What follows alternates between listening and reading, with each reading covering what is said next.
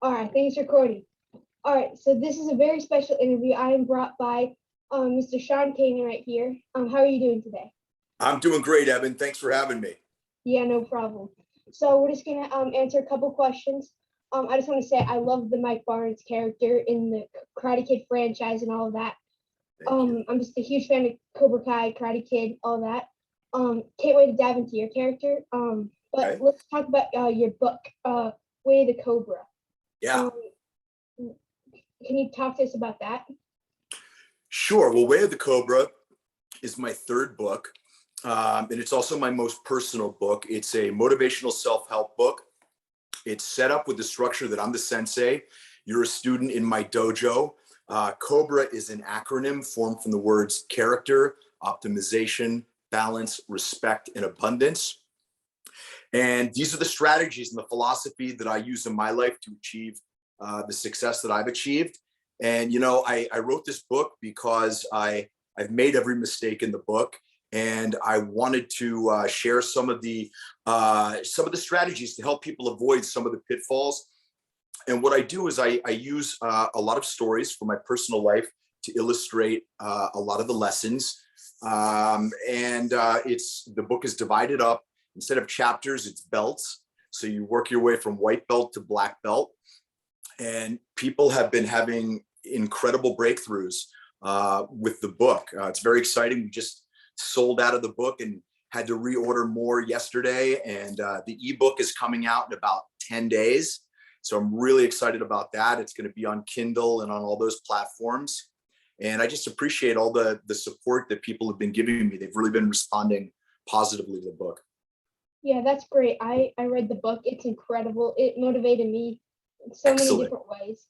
I just read, so in your book, you said that Obi-Wan Kenobi was your first mentor. That hit me because he was my favorite too growing up. But how did you change from Obi-Wan Kenobi to like a live mentor, like in real life? Well, so you referenced Obi-Wan Kenobi. So I grew up in this, it wasn't a super small town. It was kind of like a small city. But for me, my escapism was going to the movies. When I was a kid, I loved to, duck into the movies by myself. So my earliest mentors were Bruce Lee from Enter the Dragon and Obi-Wan Kenobi, of course, from Star Wars, and Clint Eastwood as the outlaw Josie Wales.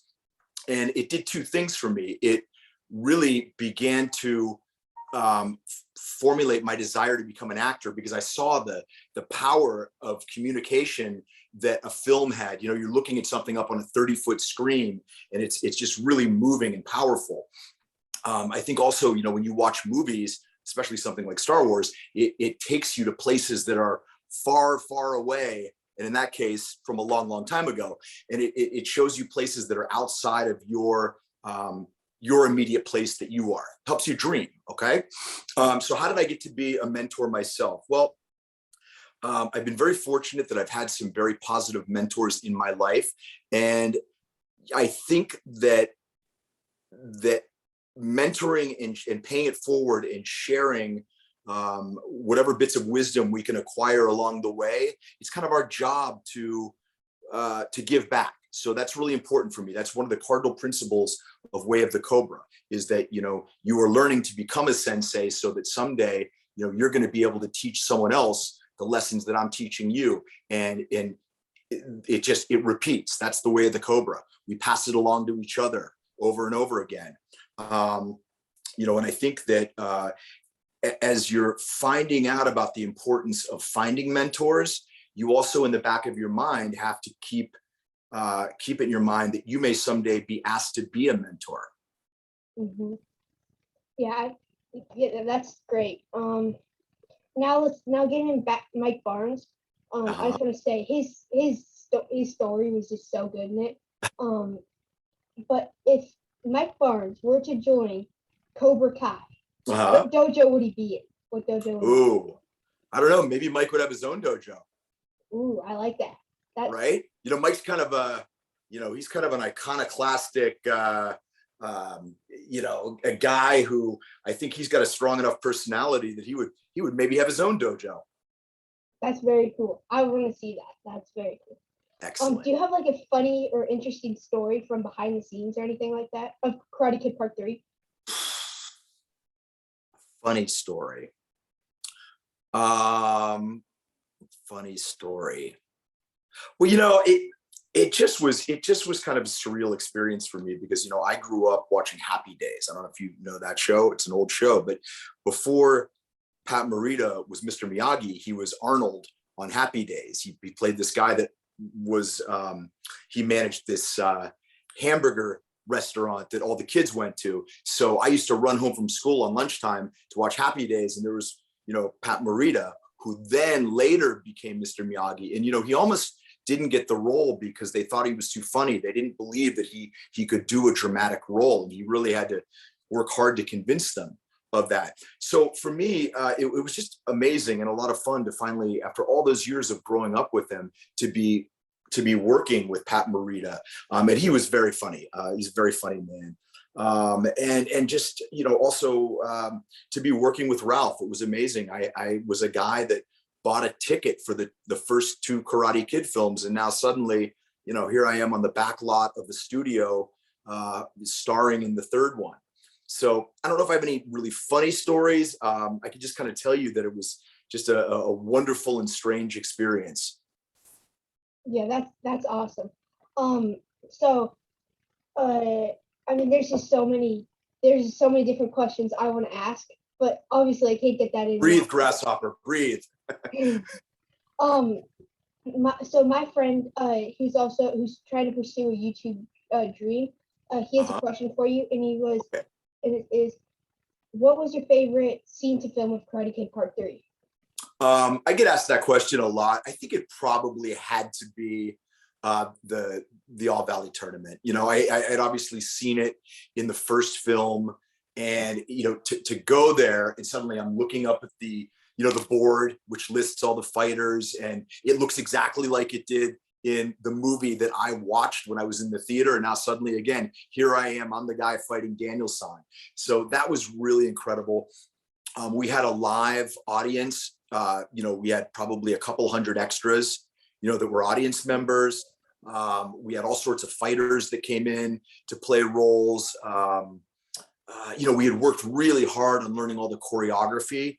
So it was kind of, and also there were about 8 cameras. So normally when you're filming a scene, there's 2 cameras, maybe sometimes 3, but we knew that with all of these cameras all over the, they built the All Valley tournament on a stage. It wasn't in a gym or anything like that. But we knew that whatever we did as actors was going to be caught on camera. So it was very freeing. Do you know what I mean? Because a lot of times when you're filming, you have to be aware of where the camera is, because there's certain things you can do and certain things you can't do because the camera simply won't see you. There was like nothing that we couldn't do, knowing, plus all the characters were there. Silver was in it, Kreese was in it. Snake and Dennis were in it. It was great. That was probably my favorite. Yeah, the All Valley tournament was so fun to watch. It was so interesting. In your book, you talk about controlling your thoughts. Right now I'm going through like health issues and stuff. And it's hard to let fear in, I know personally you had a near-death experience in December. Can you talk to us about that and like what gave you the motivation to keep going? Sure. Well, so you mentioned that I talk about controlling your thoughts. One of the biggest illusions that human beings suffer from is the illusion of control, that we have control over things. Because the only thing that we have control over is how we respond to external stimuli. In other words, how we allow our emotions to respond to something that's happening to us. Anytime that you try and control another person, almost always they pull away from you. You get the exact opposite result as what you want, right? Yeah. And so, and I say in the book, if you really think you're in control, all you have to do is walk outside where you live, go look up at the sky and look at our sun and realize that it's a dying star and that someday it's going to go supernova and it's going to devour the earth. That's a fact that is inescapable. So if you still think you're in control, go do that. Regarding what happened to me, I've talked about this a lot. So, and I talk about it or write about it at length in my book. I had a life-threatening injury from a stunt that I did in the film December of 1988, I found on Christmas Day, I found myself in the emergency room of Humana Sunrise Hospital in Las Vegas, fighting for my life. I was bleeding to death. In a very short amount of time after coming out of surgery, I received a call from John Avildsen, the director, telling me basically that if I didn't come back to work, they were going to recast the role. And it was absolutely crushing. I had fought so hard to get the role, and now to lose it after this was devastating. And I had a choice to make, and the choice I made was that I was not going to lose this role.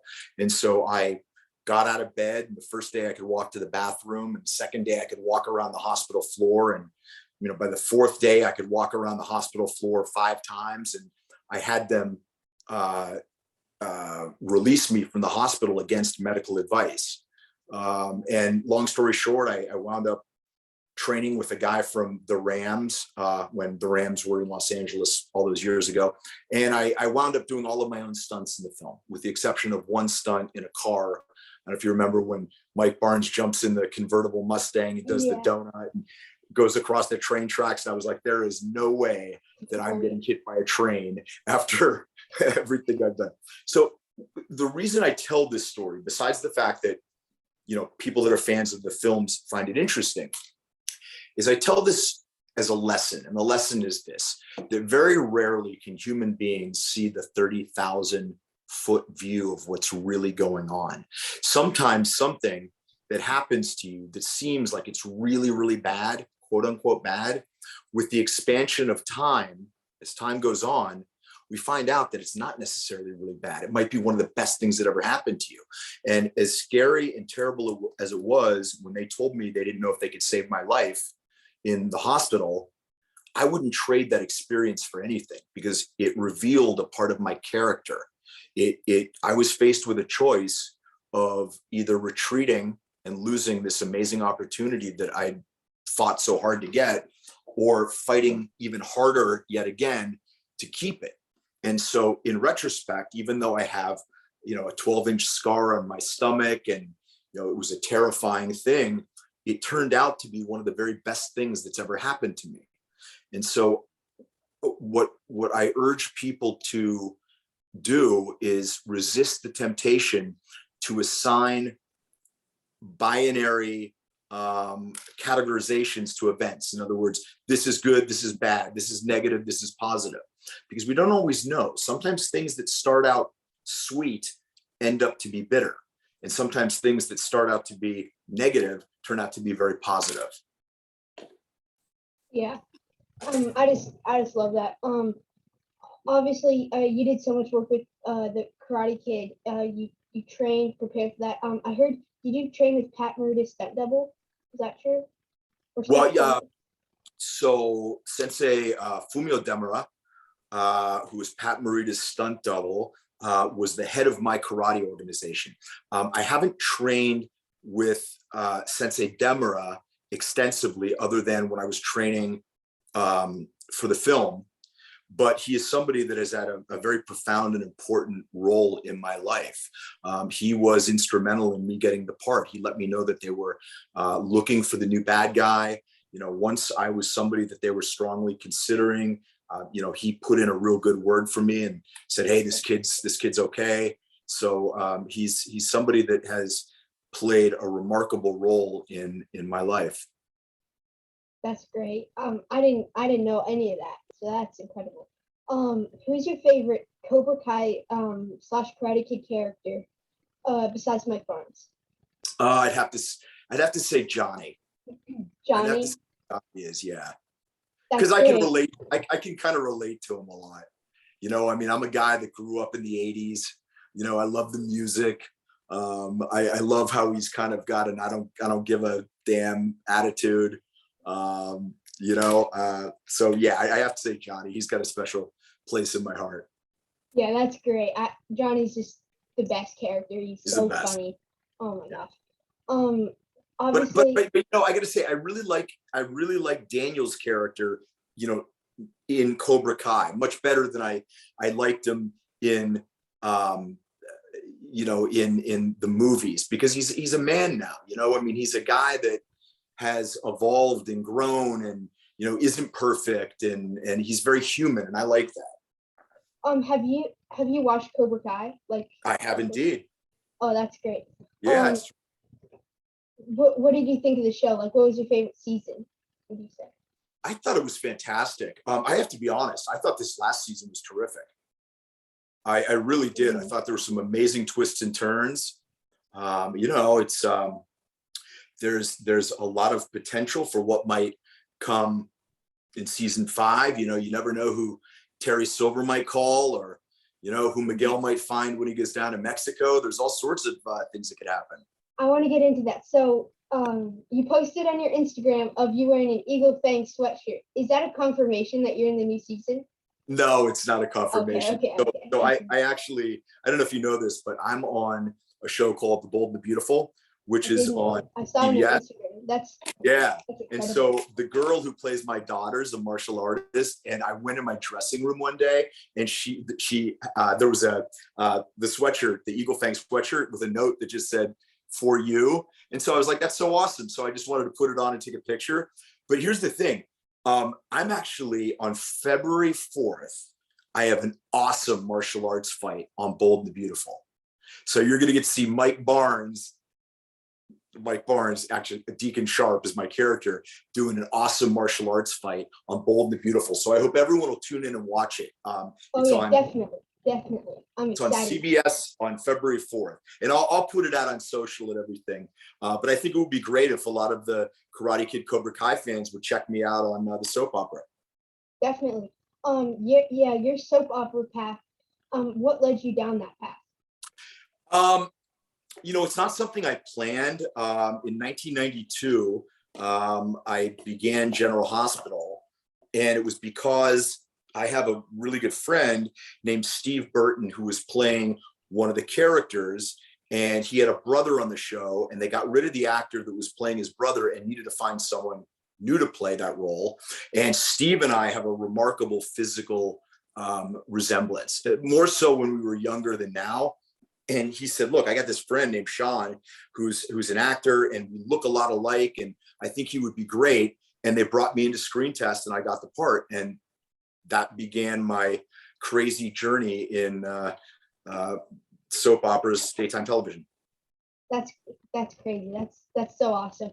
Obviously a year ago, or a year coming in on 2 years, we were struggling with the COVID-19 era. I mean, we still are, but it just started kicking up. What did you do to entertain yourself, keep yourself busy? You know, I'm going to be really honest. I was very fortunate that I wasn't sick, and no one I knew was sick. And I made the decision that I was not just going to survive during this pandemic. I was going to thrive during the pandemic.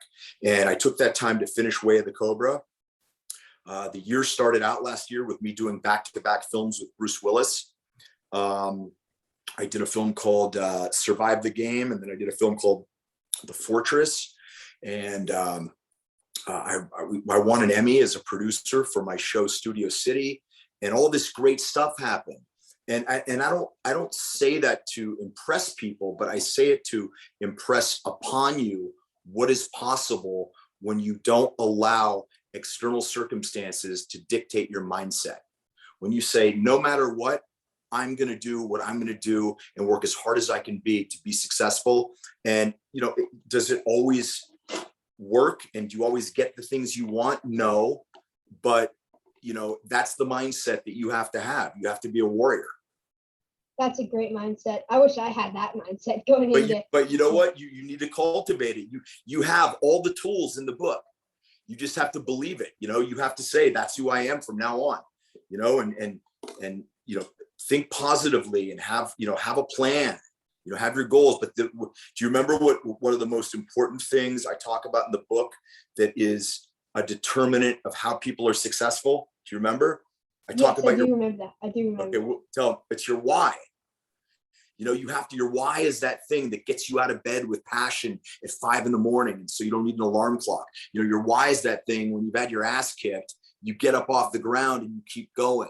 If your why is strong enough, you can achieve anything. And, you know, your why can be, you know, it can be, for me, my why is my love for my wife. You know, I never want to see a look on her face that she thinks she's got buyer's remorse and that she made a mistake, and that she's disappointed in me because I'm not living up to my potential. Your why could be, if maybe you've had a parent that passed away and you promised them that you were going to, do your best to get into college or anything. You got to have that one thing that you focus on, that when things get tough, and they will get tough, reminds you of why you're doing what you're doing. Yeah, that's just such a great mindset. And I mean, if you guys read this book, there's such, that's basically in every page of the book. Just a different mindset, a different perspective. It's just it's a way of life, basically. Like, it just helps you get through life, and just gives you many different perspectives. And I just love the book. Oh, thanks. What would Mike Barnes do during quarantine? What would Mike Barnes do during quarantine? Boy, I don't know. Probably take out a lot of his aggression on a heavy bag. Probably cut out little letters for magazines and write creepy letters to Daniel and send them. I don't know. Mike was a guy that could definitely have used my book. Oh yeah, yeah, he definitely could have. I wish he had that. Well, can we tell everyone how to get the book? Oh yeah, go or what's the address? You got to go to wayofthecobra.com. Wayofthecobra.com. I will link that in the description of this video. So you guys just need to click the link. So are you still doing the offer where you have a signed poster in that book? No, that was just for that weekend. But I'll do something else again. I'll do something else again for sure. I'm excited to see that. I mean, I know on your comments on your Instagram, I know how many people ordered that book once. Oh yeah, people went crazy. Yeah, and it's great because I just want as many people to get the book as possible. I mean, look, of course I want to sell my book, but it's more than that. I really know in my heart that the information in this book has the ability to change people's lives if they take action. And so I just want to get it into as many people's hands as possible. Okay. Just a couple more questions, and then sure. I'll let you go. If you could get into any movie or any current movie or TV franchise, what would it be? Well, I mean, obviously Cobra Kai would be pretty cool, right? Mm-hmm, that'd be awesome. What else? Any movie? I think it'd be pretty cool to be a Marvel superhero. I mean, I'd be lying if I said that wouldn't be fun, right? So I don't know.